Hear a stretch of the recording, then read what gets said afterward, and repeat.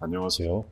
저는 얼마 전 지긋지긋한 시댁 때문에 남편과도 연을 끊고 혼자 살고 있는 30대 중반의 여자입니다. 결혼만 안 했더라면 제 인생이 이렇게 엎치락 뒤치락 할 일도 없었을 것 같아요.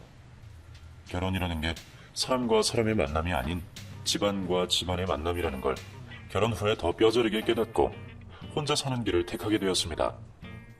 제가 이런 선택을 하게 된 데에는 많은 이유들이 있습니다. 그 이야기들을 털어놓을 겸 글을 쓰게 되었습니다. 저는 유복한 집안은 아니지만 모자랄 것도 없는 집안 형편에서 자랐습니다. 저는 사실 아버지가 계시지 않습니다. 아버지는 제가 어릴 때 어머니와 이혼하고 저는 어머니 손에 컸어요. 아버지는 바로 재혼하여 사신다고 들었고 어머니와 이혼한 후에 전 아버지를 본 적이 없습니다. 어머니는 아버지에게 양육비 한 푼 받지 못하시고 저를 혼자서 키우셨어요. 저희 어머니는 유치원 교사로 일하시다가 얼마 전까지 유치원 원장 선생님으로 일하고 계셨죠. 저는 엄마의 보살핌 속에서 모난 데 없이 잘 성장하여 20대 중반에 입사한 회사에 아직까지 다니고 있습니다. 남편은 회사에서 만났습니다. 저보다는 늦게 회사에 입사했는데 나이는 저보다 2살 많았죠. 사내 연애는 초보도 할 생각이 없던 저에게 그 사람이 먼저 다가왔습니다. 회사 회식이 있을 때는 항상 제 옆에 와서 저를 챙기고 시간이 늦다며 저를 집 앞까지 데려다 주기도 했어요. 제가 연애 감정에 둔한 편이라 처음에는 그냥 모두에게 친절한 사람인가 보다 생각했는데 어느 순간부터 저에게만 표현하는 방식이 다르다는 걸 느끼기 시작했죠. 그걸 느끼기 시작할 때쯤 고백을 받았고 몇 차례 거절 의사를 밝혔어요. 수정씨, 저에게 기회를 한번 주세요. 수정씨에게 다가갈 기회요. 저는 성현씨와 연애할 생각이 없어요. 미안해요. 사내 연애를 버텨낼 자신이 없네요. 옛말에 10번 찍어 안 넘어가는 나무가 없다는 말이 있는데 그게 저에게 해당될 거라고는 생각도 못했어요. 남편은 정말 말없이 부담스럽지 않을 만큼 저를 아끼고 사랑해주는 게 느껴졌고 언젠가부터인지 모르게 저도 그 사람에게 스며들었던 것 같습니다. 제가 스치듯 한 말도 섬세하게 기억해서 챙겨주고는 했거든요. 동료들과 하는 이야기를 언제 들었는지 제가 어느 지역 어느 빵집에 무슨 빵을 좋아한다는 얘기를 듣고는 주말에 그 먼 곳까지 가서 제가 좋아하는 빵을 한아름 사온 후 회사 직원들에게 돌렸어요. 아니, 이게 웬 빵이야, 성현씨? 여기 전라도 빵집 아니야? 이거 유명한 데잖아. 아, 제가 주말에 그 지역에 갈 일이 있다가 누가 여기 빵을 좋아한다는 생각이 나서 나눠 드시라고 사왔어요. 어머, 누가 좋아하는데? 성현씨가 점 찍은 사람이 누구야? 아닙니다. 눈치 빠른 직원들은 그게 저인 걸 알고 있었죠. 수정씨는 좋겠다. 스치듯이 한 말도 기억하고 그 먼 데까지 가서 수정씨 좋아하는 빵을 사왔네. 이제 마음 좀 받아줘. 그런 일이 몇 번 생기다 보니 저도 그 사람에게 마음이 쓰이기 시작했고 어느새 사귀는 사이가 되어 있더라고요. 사내 연애를 들킬까봐 전전긍긍할 새도 없이 저희의 연애가 회사에 소문이 났죠. 회사 분위기가 자유분방한 분위기라서 그래도 눈치 볼 것은 없었지만 저는 내심 불편한 감정이 들기는 했습니다. 그리고 연애 후에 남편이 저를 집에 데려다 주다가 저희 엄마를 마주친 일이 있었어요. 그때 마주치면 안 됐던 건데 마주친 후 인사를 하게 됐죠. 엄마는 마트에서 장을 봐오셔서 손에 짐이 많이 있었어요. 남편이 그걸 받으며 인사를 하더라고요. 안녕하세요, 어머니. 어머, 수정아, 너 남자친구니? 엄마, 남자친구야. 얘 왜 엄마한테 말을 안 했어? 오늘 내가 오랜만에 갈비찜 좀 하려고 했는데 잘 됐다. 먹고 가요. 그래도 될까요, 어머니? 그럼 되지. 어떻게 사귀는 사이래? 얘기도 좀 들어보고 싶네. 그날 남편은 엄마에게 싹싹하게 이야기도 잘하고 저희 엄마에게 점수를 많이 땄어요. 남편이 돌아간 뒤에 엄마가 너무 마음에 든다며 또 데려오라고 하시더라고요. 수정이 너 섭섭하다. 뭐가 엄마? 6개월이나 만나면서 왜 엄마한테 얘기를 안 했어? 사람 일 어떻게 되는 건지 모르는 거니까. 으이구 야박하네 우리 딸내미. 남자가 더 좋아하는 게 좋긴 하지. 우리 수정이 이제 나이도 시집갈 나이 됐는데 저런 남자랑 결혼하면 엄마 마음이 편하겠다. 엄마는 한 번 봐놓고서 뭘 그런 소리를 하셔. 저렇게 싹싹한 남자 드물다 너. 그리고 결혼은 너보다 더 널 좋아해주는 사람이랑 해야 돼.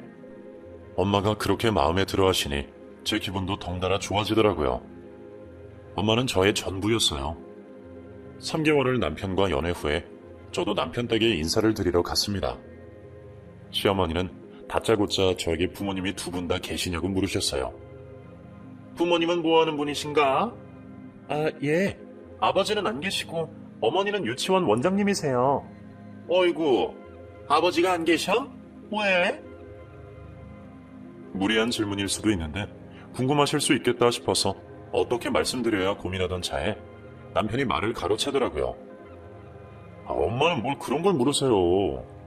아니, 궁금하지. 아버지가 왜 안 계셔? 돌아가셨나? 아님, 이혼이라도 하셨나? 어릴 때 엄마 손에만 큰 거야? 어릴 때는 아버지 어머니 사랑 다 받고 커야 되는데 한 사람 손에만 큰 애들은 뭐가 달라도 달라. 뭐가 달라요, 엄마? 그런 말씀하지 마세요. 아이고, 얘가 왜 이래? 아가씨는 입이 없나? 왜 말을 못해? 편부모 가정에 편견을 갖고 계신 분이었어요. 어릴 때 자라면서 가끔씩 그런 편견을 가진 사람들을 보긴 했지만 제가 결혼할 사람의 어머니가 이렇게 편견이 심하시다면 저도 힘들 것 같다는 생각이 들더라고요. 그런 말들을 듣고 나니 저도 기분이 좋지 않아서 솔직하게 말씀드렸습니다. 네, 제가 어릴 때 부모님께서 이혼하셔서 저는 엄마 손에 자랐어요. 하지만 편부모라고 해서 사랑을 덜 받고 자랐다고 생각하지는 않습니다. 저희의 얘기를 듣고만 계시던 시아버님께서 시어머니를 다그치셨어요. 성현이 엄마가 괜한 소리를 했네. 미안해요. 아닙니다. 많이 듣고 자라서 이젠 괜찮아요. 그렇게 생각하실 수도 있죠. 말은 그렇게 했지만 영 기분이 좋지 않았어요. 시어머니도 본인 말에 말대답한 것처럼 느껴지셨는지 표정이 좋지 않으셨고요. 상견례 자리에도 시아버지께서만 오시고 시어머니는 오시지 않으셨어요. 그때 그냥 결혼을 하지 말았어야 했는데 정말 번갯불에 콩 부어 먹듯이 시간이 어떻게 가는 줄도 모르고 제 마음이 어떤지도 헤아리지 못한 채 그렇게 저희는 결혼을 하게 되었습니다.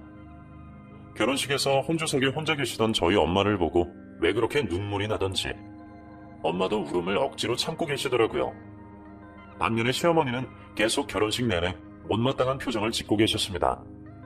결혼하고 따로 살 거고 명절날에만 만날 테니 그냥 신경 쓰지 말자 싶었어요. 신혼집은 저희 둘이 힘을 합쳐 마련했습니다. 제가 저축해두었던 돈과 남편이 대출받은 돈으로 작은 아파트를 전세로 구할 수 있었죠. 집은 회사 근처로 구했어요. 연식이 된 아파트라 그렇게 좋지는 않았지만 그래도 저희 부부 시작하기에는 나쁘지 않은 집이었습니다. 결혼 후에 저희는 3년 뒤에 아이를 갖자고 서로 약속했어요. 일하고 돈 좀 모아서 아이를 낳기로 한 거죠. 그런데 저는 회사에서 성과가 좋아 팀장으로 승진을 하게 되었는데 남편은 계속 사원답지를 떼지 못했습니다. 남편은 결혼 뒤부터 회사 생활에 불만을 나타내기 시작하더니 어느 날 공무원 시험 준비를 하겠다고 선언했어요. 수정아, 나 공무원 준비를 해야 될 것 같아. 공무원? 갑자기 공무원 준비를 한다고? 그 회사에서 내 입지가 너무 작고 나 평생 직장 갖고 싶어. 이대로는 불안해서 못 살 것 같아. 그래도 좀만 더 버텨보자. 갑자기 회사 그만두면 우리 어떻게 살아? 대출금도 갚아야 되고. 나 믿어줘. 6개월만 공부하면 합격할 수 있을 거야. 남편은 그렇게 하기로 이미 마음을 굳힌 것 같았어요. 남편이 회사 생활을 하며 제 눈치를 보는 것도 마음이 쓰였고 그래서 남편의 결정을 지지해주기로 했습니다. 그 후로 아파트 대출금 상환은 제 월급으로 했어요. 남편은 6개월 후 본 공무원 시험에서 떨어지고 말았습니다. 저에게 미안하다며 한 번만 더 도전해보겠다고 했죠. 가끔씩 제가 회사 출근해 있을 때 시어머니가 저희 집에 오셔서 남편 밥을 챙겨주고 가시는 것 같았어요. 저도 바빴기 때문에 남편 밥을 제대로 챙기지 못하기는 했는데 밥 정도는 혼자 차려 먹을 수도 있지 않냐. 그렇게 하자. 서로 합의를 본 상태였거든요. 그런데 하루는 시어머니가 제가 퇴근할 때 집에 돌아가지 않고 기다리시고는 제가 집에 들어서자마자 도끼 눈을 뜨고 저에게 소리를 지르시더라고요. 예, 너는 뭐가 맨날 그렇게 바쁘니? 네? 어머니 아직 안 가셨어요? 그럼 내가 애가 이렇게 밥도 못 먹고 쫄쫄 굶고 있는데 집에 갈 수가 있겠니? 남편이 공부한다고 하면 점심 저녁 먹을 거 다 차려놓고 나가야지. 회사 다니는 게 유세니? 엄마, 왜 그러세요? 이제 가세요. 저 밥 제가 챙겨 먹어도 돼요. 아무튼 결혼할 때부터 마음에 안 들었는데 아주 이기적이야. 어머니, 제가 요즘 좀 바빠서. 이봐 한마디도 안 지르고 말 대꾸하는 거 봐. 시어머니가 말씀하시면 예 죄송합니다 하면 될 일이지. 뭐가 넌 할 말이 많니? 네 남편 혼자 고생하는 거 안 보이니? 아유 속 터져. 나 간다. 제가 뭐라 말할 새도 없이 쏟아붓고 현관문을 열고 나가버리셨습니다. 남편만 고생하나요? 솔직히 남편도 공부하느라 고생하는 거 알겠지만 저도 일하느라 피곤하고 힘든데 제가 남편 시중까지 들어야 하는 건지 회의감이 들더라고요. 어머니가 마음대로 저희 집에 들락거리시는 것도 사실 불편했습니다. 시어머니가 저에게 하시는 말은 항상 가시돋친 말들 뿐이었어요. 처음부터 저를 마음에 들어하지 않으시더니 한 번도 저에게 좋은 말씀을 해주지 않으셨죠. 그래도 남편이 혼자 공부하면서 힘든 걸 알기에 마음이라도 편하게 해주고 싶어서 한 번도 시어머니 때문에 힘들다 그런 이야기를 남편에게 하지는 않았습니다. 그렇게 저도 점점 지쳐가고 있었지만 내색하지 않고 지내던 어느 날 저희 친정 엄마로부터 좋은 연락이 왔어요. 엄마, 내가 먼저 연락드려야 했는데 요즘 바빠서. 무슨 일 있어? 예, 수정아. 너무 기뻐서 엄마 심장이 두근거린다. 엄마, 왜 무슨 일 있어? 뭔 일인데? 수정아, 내가 너 이름으로 넣었던 주택 청약이 당첨됐어. 엄마 진짜야? 내 이름으로 주택 청약을 넣어놨었어? 엄마는 제가 청소년이 됐을 때부터 제 이름으로 된 통장에 주택 청약을 넣고 계셨다고 하셨어요. 그리고 그게 당첨이 되었다는 거예요. 정말 기쁘고 감사한 마음이었어요.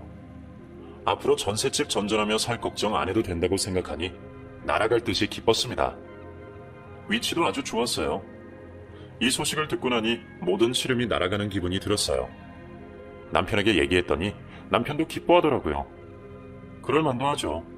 자기도 집을 못 사고 결혼한 게 내심 미안했을 텐데 앞으로 집 걱정 없이 살게 되었으니까요. 청약 입주 기간이 한참 남았는데 전세 만료일도 다가와서 저희는 일단 시댁에 들어가게 되었습니다. 저는 사실 친정에 지내는 게 더 낫다고 생각했어요. 물론 제 마음이 편한 것도 있었지만 저희 엄마는 혼자 사시고 남는 방도 많았거든요. 반면에 시댁은 방이 3개긴 하지만 평수도 좁고 화장실도 하나라 불편할 것이라는 예상이 들었습니다. 시어머니께서 저를 좋게 봐주시지도 않고요. 이런저런 이유로 저는 시댁으로 들어가고 싶지 않았지만 남편과 시어머니가 시댁으로 들어와 지내라고 밀어붙이는 바람에 몇 달만 참자 하는 생각으로 들어갔어요. 제 의견보다는 남편을 위해 그렇게 선택한 것입니다. 남편도 몇 개월 후면 또 공무원 시험 날이 되고 아무래도 친정에서 지내는 것보다는 본인이 쓰던 방에서 공부하고 시어머니가 계신 집에서 지내는 게 편할 수도 있겠다고 생각했거든요. 시댁에 들어가 지내는 것이 잘못된 선택이었다는 건 시댁에 들어간 첫날부터 깨달았어요. 시어머니는 제 퇴근길에 장을 봐오라고 전화를 하셨습니다. 예, 오늘 삼계탕 해먹을 거니까 알아서 재료 좀 사와라. 어머니, 저 오늘 늦을 수도 있는데요. 어떻게든 일찍 들어와. 너 안 오면 우리 다 쫄쫄 굶고 있을 테니까 그렇게 알아. 정말 막무가내로 그렇게 말씀하시고 전화를 끊더라고요. 저는 그날 회사 잔업 근무가 있어서 정시 퇴근보다 늦을 생각을 했는데 남은 업무는 어쩔 수 없이 다음날 일찍 출근해서 하기로 했습니다. 그리고 삼계탕 재료를 사서 일찍 시댁으로 갔습니다. 시어머니는 제가 장을 본 봉투를 들고 집에 들어서자 수고했다는 말 한마디 없이 봉투를 낚아채시더니 투덜대기 시작하셨어요. 어머, 이게 뭐니? 닭이 왜 이렇게 조그매? 이걸 누구 코에 붙이니? 일하고 돈 버는 애가 참 손도 작다. 우선 이거 다듬고 물 안 치고 시작해. 이걸 저 혼자 다 해요? 그럼 누가 하니? 멀쩡한 며느리 놔두고 내가 하니? 그래도 저 우선 좀 씻어야 하고. 손만 씻고 삼계탕부터 삶아. 너 기다리다가 우리 배고파 죽으라는 소리니? 벌써 7시가 다 됐구먼. 저는 옷도 갈아입지 못한 채 앞치마만 걸치고 일단 손부터 씻고 닭을 다듬기 시작했어요. 회사에서도 피곤했고 집에 와서 잠시 앉을 틈도 없이 음식을 만들다 보니 정말 몸이 너무 피곤해서 눈물이 나오려고 하더라고요. 남편은 결혼 전 본인이 쓰던 방에서 공부를 하고 있는 건지 뭔지 코빼기도 보이지 않았고요. 그나마 그 집에서 저를 이해해준다고 생각했던 시아버지도 TV만 보고 계시더라고요. 정말 서러웠습니다. 이런 게 시집살이라는 거구나 생각하며 삼계탕을 끓였어요. 열심히 끓여서 식탁에 올렸더니 시어머니가 남편과 시아버지를 부르더라고요. 식탁에 모여 앉았는데 시어머니가 이제는 맛 가지고 타박을 하셨습니다. 어머, 이거 왜 이렇게 짜? 미쳤나봐. 너희 시아버지 고혈압 있으신 거 모르니? 음식 처음 해보니? 어이없다 얘. 듣고 있던 남편이 저를 한번 보더니 신경이 쓰였는지 저를 두둔해주더라고요. 엄마는 이게 뭐가 짜? 맛있기만 한데. 맛있기는? 짠 음식이 몸에 얼마나 안 좋은데? 아유 됐다 먹지 마. 이거 물 다 따라버리고 육수 다시 내서 다시 끓여와라. 엄마 그걸 언제 다 해요? 그냥 먹어요. 안 돼. 안 그래도 건강 조심해야 하는 사람들인데 이건 뭐 먹고 죽으라는 거나 다름없지. 다시 해와.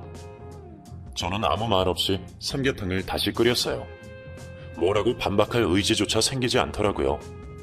다시 내어간 음식에 대해서도 타박을 하시다가 결국 싹싹 그릇을 핥아먹듯이 다 비우시고는 다시 설거지를 시키셨어요. 아유 억지로 다 먹었네. 뒷정리도 네가 해라. 엄마 수정이 일하고 와서 피곤해요. 제가 할게요. 어머 얘가 정신이 나갔니? 네가 설거지를 왜 해? 들어가서 공부나 해. 장가 가기 전에 한 번도 설거지 시킨 일이 없구만. 얘가 별난 짓을 다 하려고 해.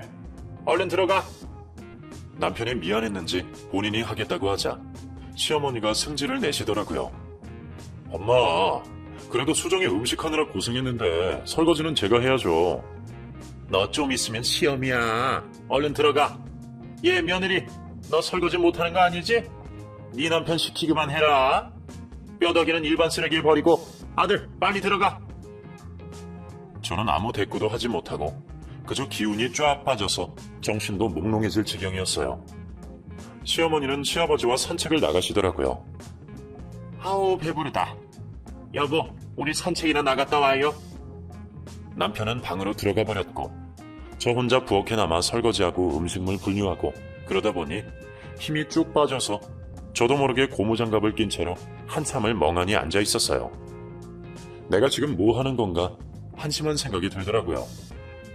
그날 뒷정리 다 하고 씻고 나니 밤 12시가 다 되었더라고요. 녹초가 된 채로 잠에 들었습니다. 그날 이후로도 시어머니의 잔소리는 끊이지를 않았습니다. 회사 일을 고되게 하고 집에 돌아오면 또 시댁 살림까지 제가 다 거들어야 했어요. 그럴 때면 마치 교도관처럼 저를 주시하시면서 이것저것 지시만 내리셨죠.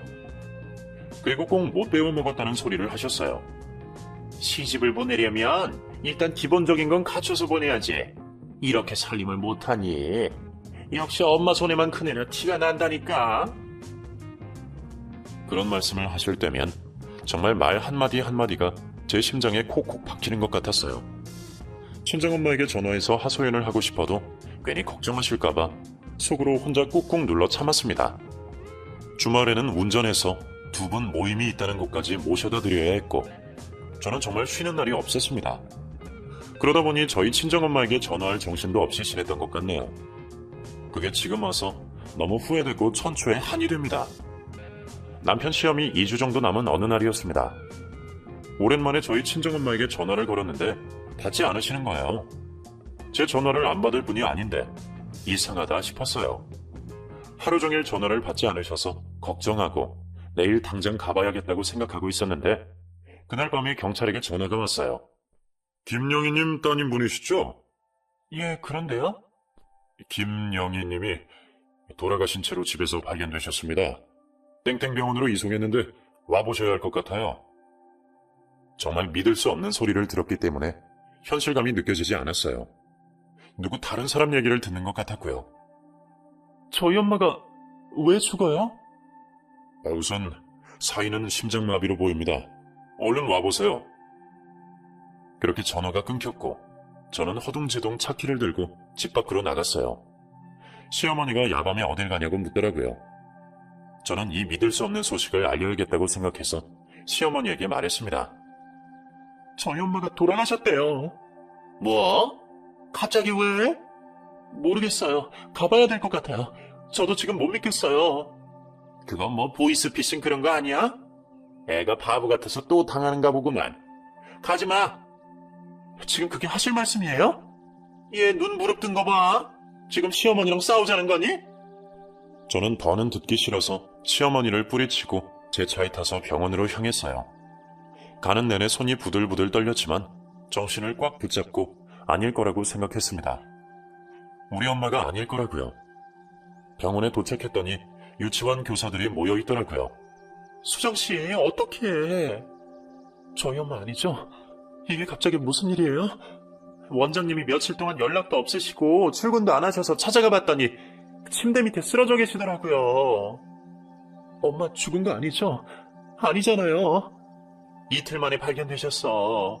정말 이게 무슨 일이야? 정말 미안해요, 수정씨. 제가 회사 일에 시댁살이 하면서 엄마에게 매일 하던 전화를 소홀히 한 후에 이런 일이 벌어졌다는 생각에 정말 괴로웠습니다. 저는 병원 바닥에 주저앉아 대성통곡을 했어요. 엄마의 시신을 확인한 후에는 정말 이게 거짓말이 아닌 현실이구나라는 생각에 멍해지고 참담한 기분이 들었습니다. 한참을 울다가 보니 남편에게 전화가 오더라고요. 여보, 어디 갔어? 왜 안 와? 엄마 화내고 난리 나셨어. 우리 엄마가 돌아가셨어. 당신 장모님이 돌아가셨다고. 뭐? 무슨 소리야? 갑자기 왜?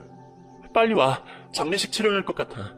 나 지금 아무 정신 없으니까 당신이 와서 좀 전화 좀 해주고. 말을 하고 있는데 시어머니가 전화를 뺏어들더니 역정을 내기 시작하셨습니다. 예. 성현이가 지금 거기를 어떻게 가니?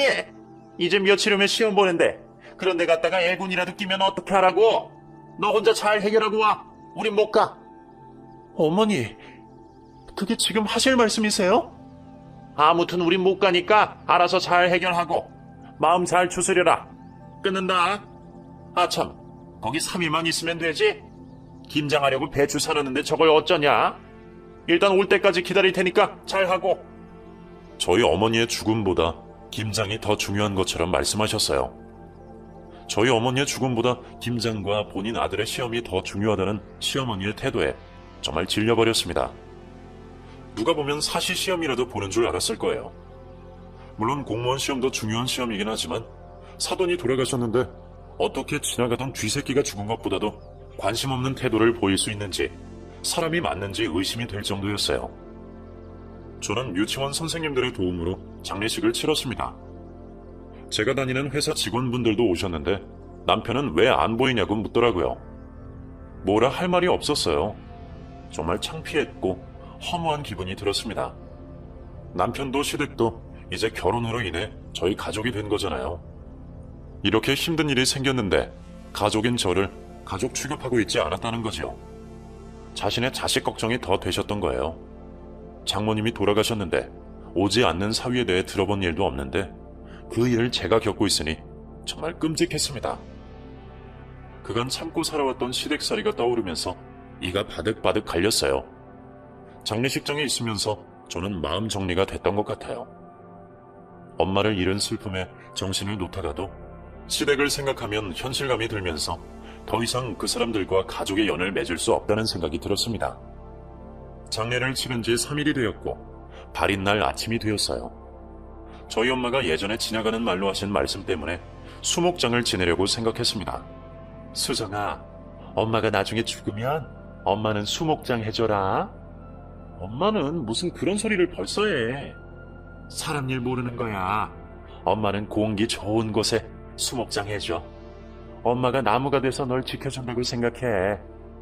엄마, 슬프게 왜 그래? 그런 이야기를 하며 눈물을 찔끔 흘렸던 일이 있었기 때문에 저는 엄마를 수목장으로 해드릴 생각을 했습니다. 발인을 하기 위해 화장장에 엄마 관이 들어가는 모습을 보고 정말 기절할 듯이 울었어요. 엄마의 임종도 보지 못했고 전화드린 것도 일주일 전인데 매일 전화드리지 못한 것이 너무 한이 되고 미안하고 왜 이렇게 일찍 가시는 건지 원망도 들고 눈물이 멈추질 않더라고요. 그때 시어머니로부터 전화가 왔습니다. 설마 이제라도 올 마음이 생긴 건가 싶은 일말의 기대를 갖고 마음을 진정시키며 전화를 받았어요. 여보세요? 어머니. 예. 뭐하니? 네? 뭐하긴요. 지금 화장장이에요. 아휴, 아직도 장례 안 끝났니? 오늘 끝나는 거 아니니? 얼른 와야지 김치를 담그지. 배추숨 다 죽었는데 장례 끝나면 어디 찜질방 가서 싹 씻고 집으로 바로 와라. 알았지? 어머니, 지금 저한테 하실 말씀이 그것밖에 없어요? 어머, 얘가 왜 소리를 질러? 미쳤니? 귀청 떨어지겠네. 끝나면 씻고 와. 그냥 오지 말고. 알았지? 끊는다. 저는 이제 고아가 된 신세고 피는 섞이지 않았지만 이제 평생 제 가족으로 살아야 할 사람들이 이렇게 저를 대우한다고 생각하니 정말 끔찍했어요. 남이라고 해도 그렇게 하진 않았을 겁니다. 저는 친척들과 함께 엄마를 수목장으로 모신 뒤에 상복도 갈아입지 않고 바로 시댁으로 갔어요. 가자마자 시어머니가 저에게 소금을 뿌리시더라고요. 어머, 얘 그냥 온 거 봐. 씻고 오랬잖니. 상복은 왜 그대로 입고 왔대? 재수없게. 어디서 그냥 들어오려고 해? 거기 서 있어. 현관문에 들어선 저를 보시더니 당장 부엌에 가셔서 굵은 소금을 들고 와 저에게 척척 뿌려대셨어요. 전 정말 넋놓은 표정으로 가만히 있었죠. 다 하셨어요? 아니, 뒤 좀 돌아봐. 다시 제 등 뒤로 따갑게 소금을 뿌려대셨습니다. 다 하셨죠? 그래, 이제 된 것 같다. 김치는 내가 소금에 다 절여놨어. 김치 속만 만들면 된다. 들어와. 마치 제가 오길 기다렸다는 듯이 거실바닥에 배추 50포기 정도가 쌓여 있었습니다. 고춧가루와 무 등 배추 속 만들 것도 다 해놨더라고요. 시아버지는 친구들과 여행을 가고 없다고 했어요. 저는 일단 상복을 더럽히기 싫어서 방에 들어가서 옷을 갈아입었어요. 남편은 방 안에서 저를 본체만체하며 책상에 앉아 공부를 하고 있더라고요. 나왔어. 왔어? 고생했어. 나 내일 모레 시험인 거 알지? 미안해. 공부 좀 할게. 너는 우리 엄마랑 나를 뭐로 생각했냐? 미안해. 지금 그런 얘기할 기분이 아니야, 나도. 방 밖에서는 시어머니가 빨리 나와서 김치 속 만들라고 성화였어요. 얘, 빨리 안 나오고 뭐하니? 너 때문에 지금 며칠을 미뤄뒀는지 알아?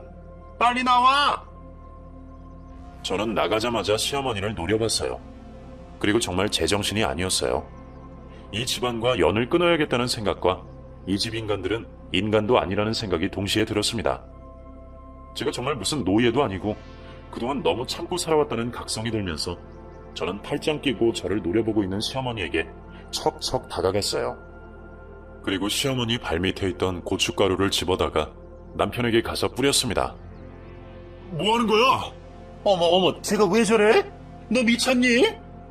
네, 저 미쳤어요. 그리고 고춧가루와 배추를 집어 던지기 시작했습니다. 울분을 토하며 마구 집어 던졌어요. 눈물이 펑펑 나고 정말 억울하고 괴로운 심정이었습니다. 방에 있던 남편이 나와서 저를 말렸어요. 시어머니는 눈이 휘둥그레져서 정말 미친 사람이라도 본 표정이었죠. 수정아, 이게 다 뭐야? 너 왜 그래? 미쳤니? 이게 무슨 짓이야? 그래, 미쳤다고. 미쳤어. 우리 엄마 돌아가셨는데 어떻게 그럴 수가 있으세요? 어머니? 사람이, 그것도 사돈이 돌아가셨는데 지금 김장이 더 중요하고 아들 시험이 더 중요하세요? 지나가던 개가 죽어도 이러지는 않으실 거예요. 어머머, 얘 좀 봐. 아주 본성 나오는구나. 역시 엄마 손에만 잘하면 이렇다니까. 내가 그래서 결혼 반대했잖니. 어우, 야, 무섭다. 누구 하나 죽이겠다. 얘 눈 좀 봐. 네, 편부모라고 항상 저 무시하셨죠? 근데 이제는 고아가 됐네요. 고아가 된 사람은 어떤지 한번 보실래요? 저는 베란다에 있던 화분을 들고 와 배추에 쏟아붓기 시작했어요. 그리고 남편이 공부하고 있는 방에 가서 책을 다 찢어버렸죠. 다들 경악한 표정으로 절 보고만 있었습니다. 그때 저는 정말 이판사판 될 대로 되라 기분이었던 것 같아요. 제 속에 담아뒀던 울분을 다 표출했습니다. 계속 눈물이 흘렀던 것 같아요. 저희 엄마가 돌아가셨다는 사실이 아직도 믿기지 않는데 아무도 저에게 위로해주지 않고 정말 세상에 혼자 남은 기분이었습니다. 한바탕 난리를 치른 후 저는 제 짐을 싸기 시작했어요. 남편이 짐을 왜 싸냐고 묻더라고요. 정말 남편이 한심하게 느껴졌습니다. 아내의 마음은 개똥만큼도 모르는 인간과 사돈 장례식을 개죽음만도 못하게 생각하는 시댁이 정말 사이코패스들이 아닐까 하는 생각도 들고 이 집안 사람들에 대해 치가 떨렸어요. 나 짐 싸서 엄마 집 갈 거야. 그리고 당신이랑 이혼할 거니까 준비하고 있어. 수정아, 이혼을 왜 해? 내가 장례식 못 간 건 미안해. 하지만 우리 엄마가 중요한 일 앞두고 그런데 가면 안 된다고 하도 성화를 부리셔서 정말 죽을 죄를 지었다. 한 번만 용서해줘. 나 곧 시험도 치러야 하고 그 후에는 내가 정말 잘할게. 필요 없어. 어머니 핑계대지 마. 너도 똑같은 인간이야. 나 시집살이 할 때 너 한 번이라도 내 걱정 해준 적 있니? 내가 이 집 식모니? 나도 이러는 사람이야. 지금 시대가 어느 땐데 너 그까지 시험 본다고 내가 너무 바보처럼 참고 산 것 같다. 나는 너희 식구랑 다르게 괴물이 아닌 인간이니까. 너 시험 끝날 때까지 기다려줄게. 시험 끝나면 당장 이혼해. 공부 열심히 하고 이번에는 꼭 붙어라. 6개월이면 된다더니 하하. 저는 짐을 싸서 엄마 집으로 갔습니다. 엄마 집으로 가자 엄마가 당장이라도 방에서 나와 저를 웃으며 맞아주실 것 같았는데 집안은 그저 조용하고 저 혼자 덩그러니 거실에 서서 한참을 두리번거렸어요. 시댁살이 하느라 엄마 집에도 오랜만에 온 것이었는데 엄마가 혼자 계시다가 그런 일을 당했다고 생각하니 너무 미안하고 괴로워서 뜬 눈으로 밤을 샜습니다. 며칠 후 공무원 시험을 마친 후 남편이 제 회사 앞으로 찾아왔더라고요. 모르는 척하고 싶었지만 우리 사이에 할 일이 남았기 때문에 근처 카페에서 기다리라고 했습니다. 그 잘난 시험은 잘 봤니? 잘 모르겠어. 또 떨어지겠구나. 참나, 그날 일을 피워놓고 떨어져? 대단하네, 대단해. 우리 이제 청약된 아파트로 이사 가야 되지 않아? 이사? 그걸 당신이 왜 신경 써? 그거 내 집이야. 그리고 난 당신이랑 이혼할 거고.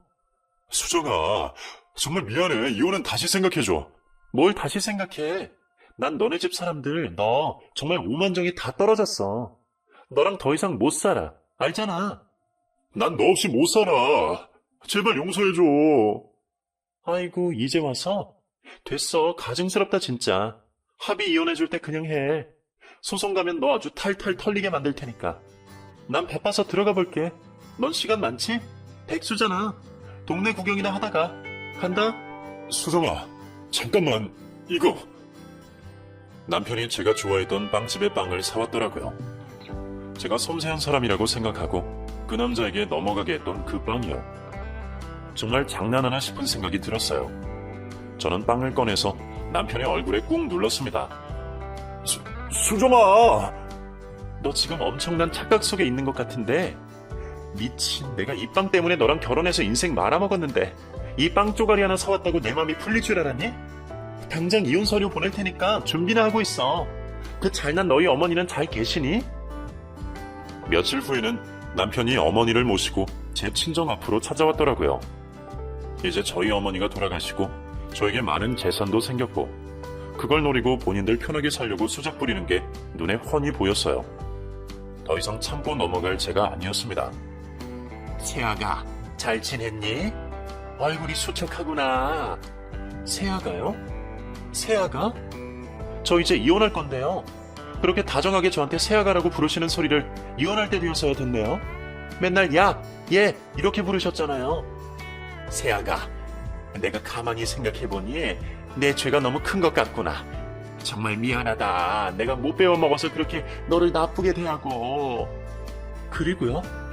사돈 장례식장에도 못 가고. 못 오신 게 아니라 안 오신 거죠. 말은 바로 하셔야죠. 요즘 같은 때에 무슨 미신을 믿고 애군이 든다고 사돈 장례식에 안 오실 수가 있으세요? 저는 더 이상 백내 집안이랑 엮이고 싶은 생각이 없어요. 당신은 이혼 서류에 도장이나 찍으세요. 정말 상종을 못할 인간들이라는 생각만 더 강하게 들었어요. 더 이상 그 집안 식구랑 구질구질하게 엮이기 싫어서 저는 합의 이혼을 하자고 해놓았습니다. 좀만 더 기다려보고 이혼해주지 않으면 소송까지 갈 생각을 하고 있어요. 저는 아직 엄마가 사시던 집을 정리하지 못하고 그곳에 살고 있어요. 하지만 이 집의 위치를 남편과 시댁이 알고 자꾸 찾아올 것만 같아서 곧 마음도 정리하고 처분해서 어머니가 저에게 남겨주신 청약 당첨된 집으로 들어갈 생각입니다. 그것은 시댁 아무도 모르는 곳이니까요. 어머니가 사시던 집은 세를 줄까 생각 중이에요. 예전에 동화책을 보면 모든 풍파를 딛고 왕자와 공주가 결혼해서 행복하게 살았습니다 하는 결론만 나오잖아요. 그 뒤가 정말 더 현실이었던 걸 어릴 때는 몰랐죠. 결혼 후 행복하게 잘 살 수 있는 사람이 몇이나 될까요? 어쨌든 둘이 좋아 결혼했지만 서로 집안이 배려하고 존중해 줄 줄 아는 집안이어야 하는데 한쪽이 일방적으로 무시하고 구박하면 이건 가족 관계가 아닌 그저 노예와 왕의 관계가 되어버리고 말더라고요.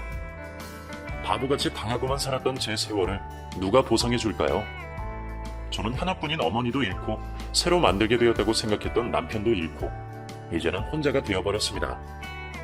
돌아가신 저희 엄마를 생각하면 가슴이 미어져서 가만히 있다가도 눈물이 뚝뚝 떨어지지만 사실 돌아가신 어머니 덕분에 시댁의 실체도 알게 되었고 이혼도 할 수 있게 되어서 그 점은 정말 후련합니다.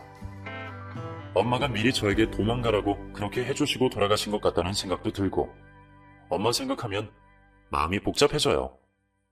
하지만 저는 엄마가 물려주신 재산 지키면서 다니던 회사도 성실히 다니고 혼자 열심히 살아보도록 하겠습니다. 제 삶은 이제부터 시작인 것 같아요. 여러분들, 제 삶을 응원해 주실 수 있나요? 감사합니다.